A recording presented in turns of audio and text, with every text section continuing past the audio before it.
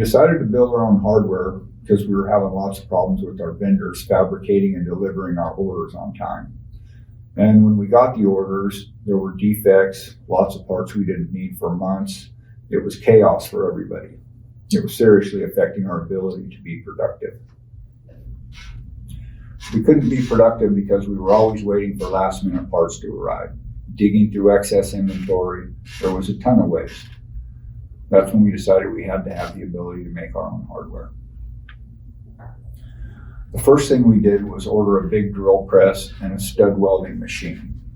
Then Alex Martinez started making parts that we were missing or things we needed right now. After a while, Alex felt we could make 80% of our GFRC hardware.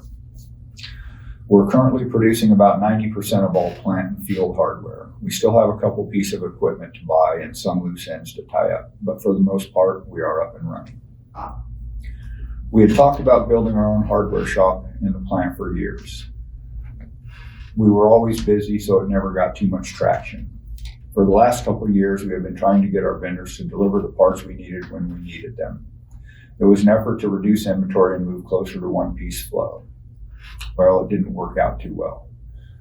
At that point, I realized I had the backing of my boss, ownership, and the leadership team to do something about it. So I got together with my team, and there was no hesitation. Daniel Lopez, our production manager, agreed to manage the shop, the construction, and the staff. Alex Martinez, our welding supervisor, he agreed to help with the training, and we've never looked back. The common problems we were having with the P hardware is waste of time because to put P hardware on the table maybe take me 5 minutes, but then when we go out with no P hardware, it can be 1 hour to 2 hours. Like one example is when we was doing Britannia, we was having so much missing P hardware, and we end up with 75 frames outside with no P hardware. It took me 3 months to put the P hardware back on those frames. Other things we was having problem is tubes, because at first we buy the tubes already pre-cut, but we always was missing pieces. On the J rods, every time we finish one job, we end up with so many extra J rods. So that's another thing we start making on house. And on rebar, we always was missing bended rebar, and it was a big problem. Sometimes we didn't cast frames because we didn't have the right pieces we need to make the frame. So that's why we decided to start bending our own rebar, our own J rods, and cutting our own tubes on house. When we first started fabricating hardware, we started in the welding shop. We start with the P hardware for GFRC frames only. Cannot see what we're gonna need more if we want to expand, and that solved a lot of problems with missing P hardware or mistakes from the vendor. So that helped with all the problems we was having inside and fabrication of the hardware. Then we decided to go with rebar, but the space was too small.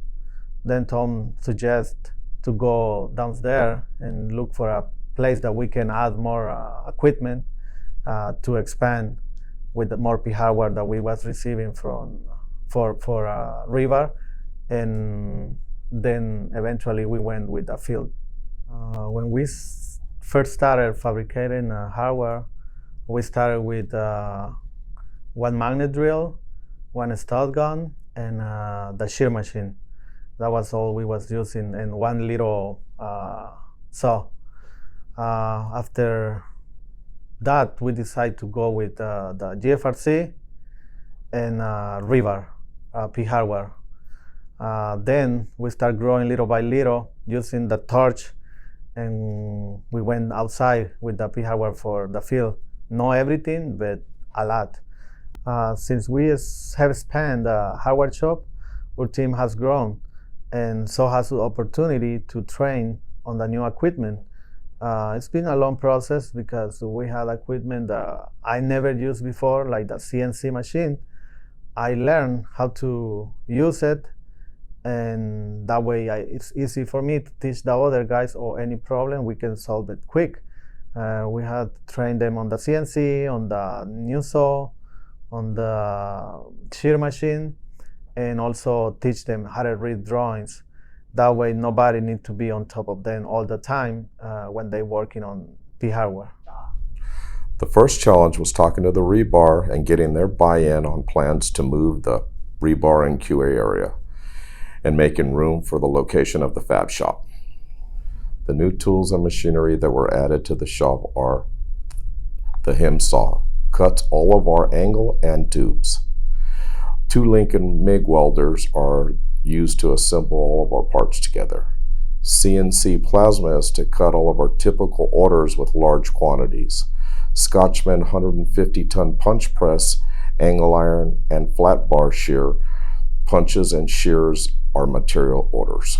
Mag drill is used to drill and tap all of our orders.